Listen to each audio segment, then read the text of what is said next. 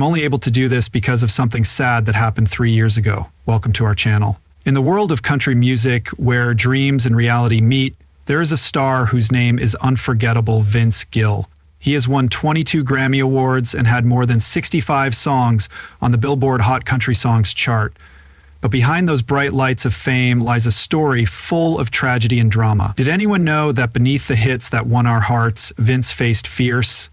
Let's go back to Vince's childhood in the small Oklahoma town of Norman and follow his rise to become a member of the Eagles, one of the greatest bands of all time with over 150 million albums sold around the world. But even this amazing success couldn't protect him from terrible losses. The heartbreaking deaths of loved ones, financial shocks totaling $5 million in losses, and the heavy burden of carrying on a legendary musical legacy.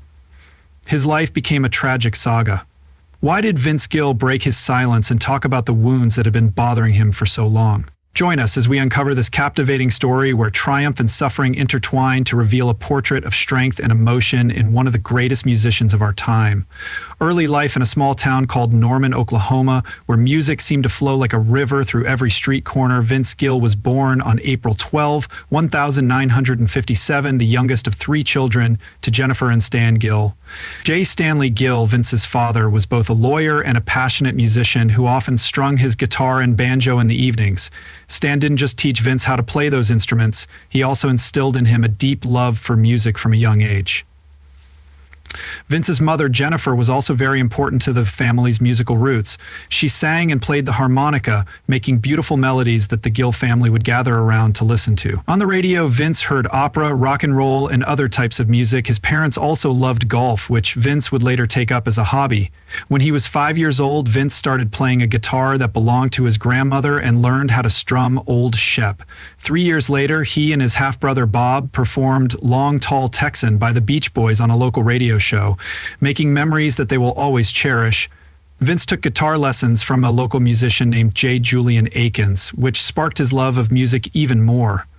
His first performances were at school, where he proudly brought his guitar to play songs like The House of the Rising Sun for his classmates.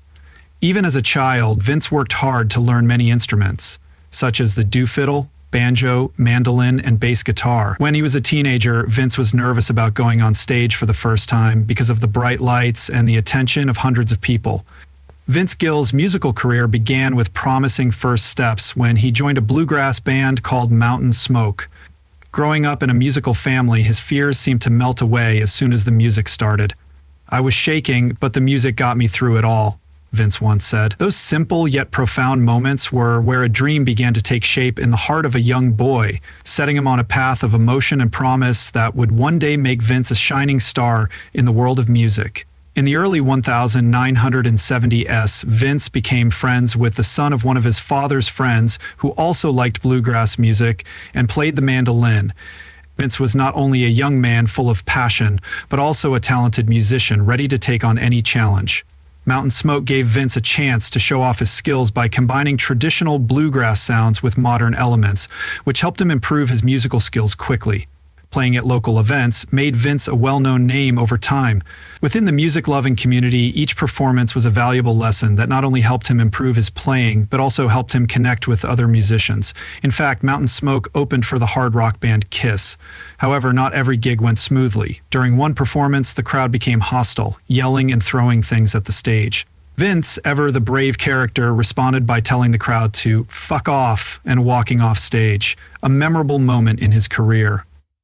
Wasn't just a way for him to show anger, it was also a statement that he would not stand for disrespect and would stand up for himself and his band. Soon after, fortune smiled on Vince as he joined the band Pure Prairie League in 1978, which was a big turning point in his career. As lead singer, Vince brought his sweet voice and helped write songs that people could relate to. One of the songs he worked on that became a huge hit and cemented Vince's name in the music world. But Pure Prairie League wasn't meant to last forever. The band eventually broke up because of creative differences. Some members wanted to make traditional country music, while others wanted to try their hand at rock and pop. The pressure to keep up their fame also played a big role. Their biggest hits, like Amy and Let Me Love You Tonight, came with high expectations from fans and the music industry. This caused members to get tired and unhappy, and some even quit. When band members went their separate ways, it was hard to fill the gaps that were left, which hurt the group's spirit and made their future uncertain. These problems forced Vince to face an uncertain musical future. However, the breakup of the band gave Vince the chance to go solo, which he knew was a bold but risky move.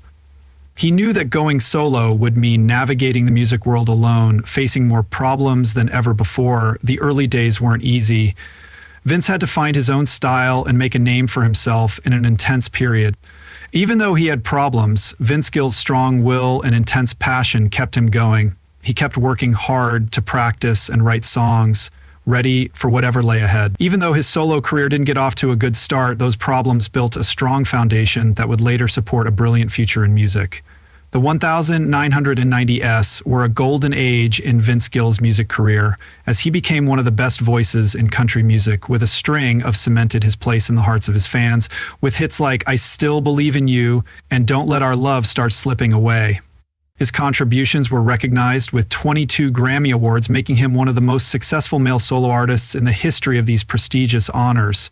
Each award was not only a medal for his talent, but also a testament to how hard he worked over the years. As his career continued to soar, he got an unexpected phone call from Irving Off, the manager of the Eagles. Vince had never thought he'd have the chance to join the legendary band he had admired since childhood. When he heard Irving's voice on the other end of the line, his heart almost stopped. "They want me to join the B hand," Irving said. Vince remembered feeling a wave of excitement and anxiety. It wasn't just pride, he was also afraid of taking on the role of the late Glenn Free, one of the band's founding members who was famously difficult to replace.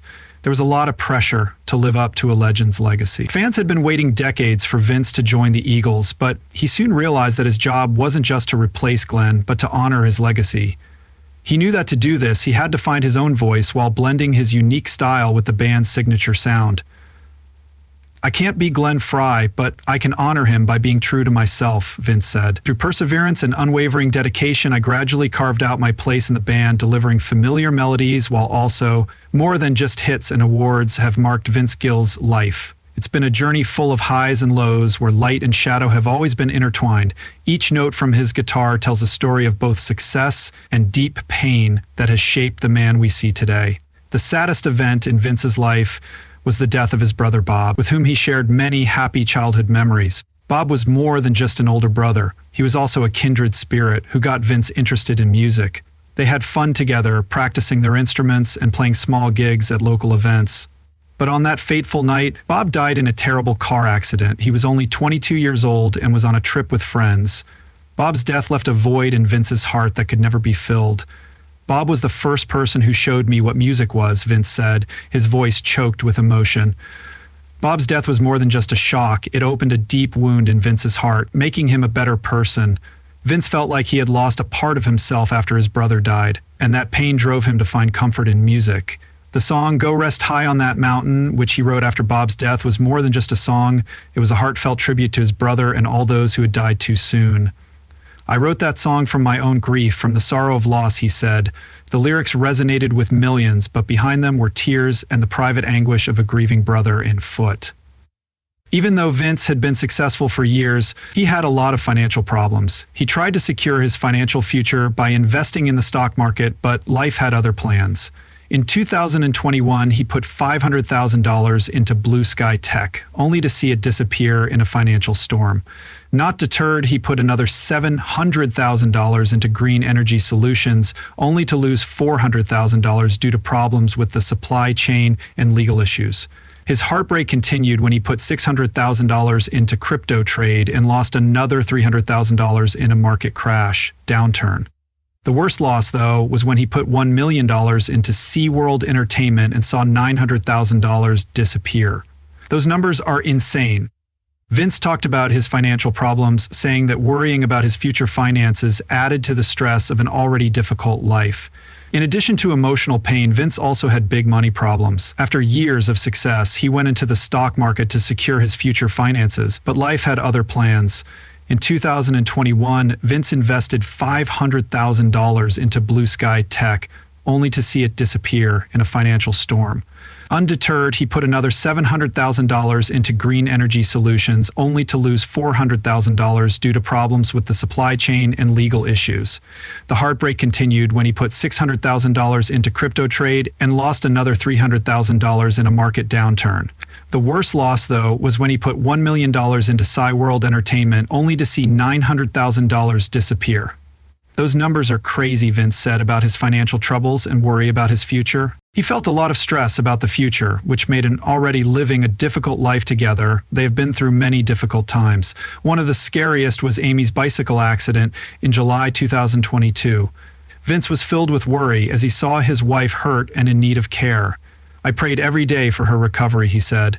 Thinking back on the ordeal and seeing Amy fight through pain to get better strengthened Vince's resolve and faith in life. Vince has also had one of the hardest times of his career when it came to his health, severe problems with his vocal cords. In 2016, he had surgery to fix the inflammation and damage to his vocal cords that had been caused by years of singing and strain.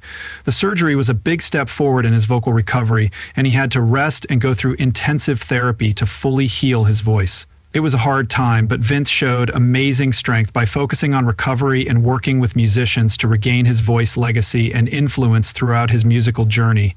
Vince Gill has made songs that will always be remembered by fans, but perhaps none has as much meaning and emotion as "Go Rest High on That Mountain." Written after the painful death of his brother Bob, the song is more than just music, it's a heartfelt tribute to those who died too soon. With its sad lyrics and soft melody, the song has touched millions, becoming a symbol of both grief and hope. "Go Rest High on That Mountain" is more than just a song. It's a spiritual experience that lets listeners feel Vince's deep sadness and connect with the loss he went through. Music became a healing balm that helped Vince find comfort and ease the wounds in his soul. "I wrote that song with all my heart," Vince said. "It was my way of saying goodbye and honoring Bob." The song's power lies in its ability to connect personal pain with universal emotion, which is why it's a beloved anthem that is often played at funerals and memorials. Vince Gill's cult status and legacy are well known and respected. He is not only a great country music artist, but also an inspiration to upcoming musicians. With over 20 Grammy Awards and hundreds of hit songs, Vince has solidified his position as one of the best voices in country music history. His perfect blend of masterful guitar skills and a sweet, soulful voice has made him a role model for other artists and helped to expand the Vince Gill has pushed the limits of country music by combining rock and bluegrass styles to make a new and unique sound. Through his performances, he has always respected the traditional values of country music while introducing creativity and innovation. His work has helped shape modern country music and pave the way for younger artists to follow in his footsteps.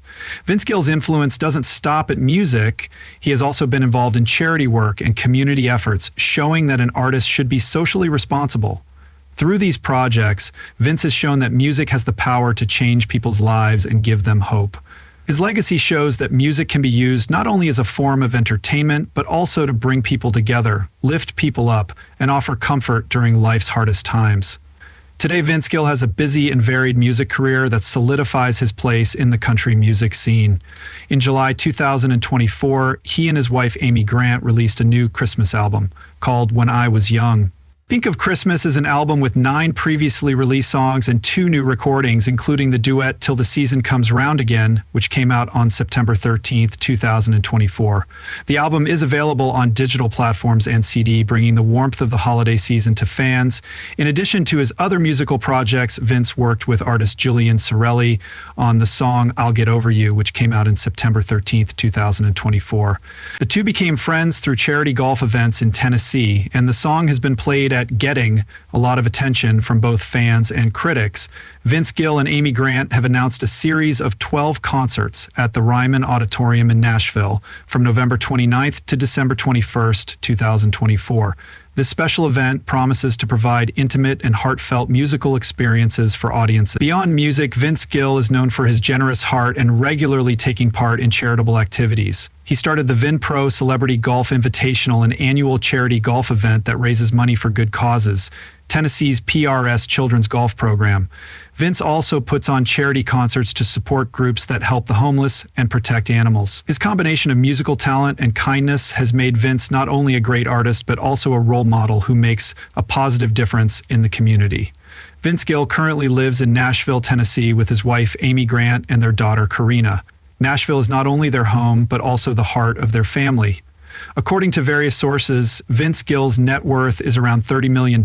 His varied music career, which includes album releases, live performances, and collaborations with other artists, has contributed significantly to this impressive figure. In addition to his current family, Vince Gill has a daughter named Jenny Gill from his previous marriage to Janice Oliver. Jenny has lent her voice to several of her father's albums, showcasing that Vince Gill's life and career have been full of deep emotions, from personal struggles to extraordinary musical triumphs. He has shown that persistence and strength can help us get through life's problems, and the love of his family, especially his wife Amy Grant, has always been a strong source of encouragement along the way. Vince has not only reached the peak of his musical success, but he has also left a lasting impression on the hearts of his fans. What do you think is the most important thing that... Let us know what you think about Vince Gill's life, music, and the times in your own life that have touched you. If Vince's story has moved you, don't forget to like, subscribe, and share this video with your friends and family. See you in our next interesting video.